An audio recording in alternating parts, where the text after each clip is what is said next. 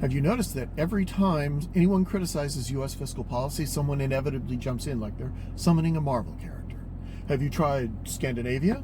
Yeah, dude, I've seen the sweaters, I've eaten the meatballs. Calm down. There's this recurring fantasy in American politics, mostly well-meaning, often frustrated, that the solution to every U.S. policy problem is to simply photocopy the Nordic model like it's the cheat sheet for a government exam. Healthcare, Scandinavia. Wages, Scandinavia. Housing, Scandinavia.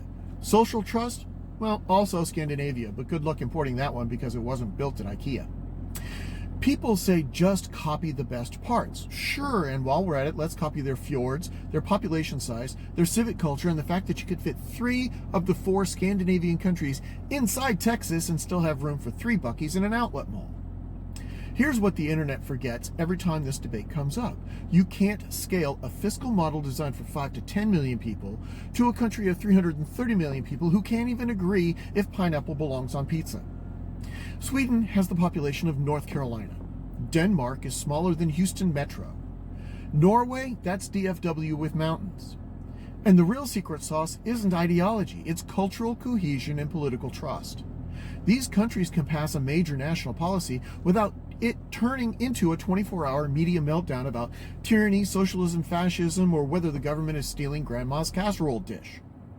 In Sweden, you propose a policy and the people actually debate it. In America, you propose a policy and someone fires up an angry live stream from their truck. Now, don't get me wrong, I get why these comparisons happen. Americans are tired of watching corporations write our laws in crayon while politicians pretend it's a free market scripture. We don't have a free market. We have a government-sanctioned cartel system where Democrats and Republicans bitch slap each other on TV and then high-five each other behind closed doors as they shovel tax breaks, subsidies, and corporate welfare into the mouths of the industries that claim to be rugged individualists, but panic scream regulation the second that they're asked to help society. So yes, safety nets matter. Yes, corporate capture is real. Yes, Americans deserve a country that gives a damn about its people. But we're not failing because we didn't copy Sweden. We're failing because both parties spent 40 years deregulating the wrong things, over-regulating other wrong things harder, and letting billionaire lobbyists write legislation that magically never seems to benefit non-millionaires. Here's the part that nobody wants to hear. You can't copy-paste a fiscal system across cultures, sizes, or incentive structures. Government is like engineering. What works on a small scale collapses under the weight of a big one. The Nordic model works because it fits Nordic conditions. Their tax systems, safety nets, and markets evolved inside a small, high-trust nation with strong civic expectations and less political polarizations than a PTA meeting.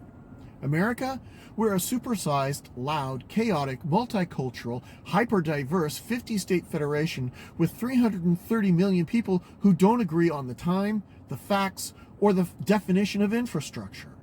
What we need isn't a Scandinavian import, it's an Americanized system built around accountability, transparency, scalable safety nets, competitive markets, and actual limits on government-corporate collusion. It's not socialism, not oligarchy, just grown-up governance. So when someone says copy Scandinavia, I get it. They're hurting, they're tired, they're angry at a system that feels rigged, because it is. Here's the uncomfortable truth. Scandinavia isn't coming to save America.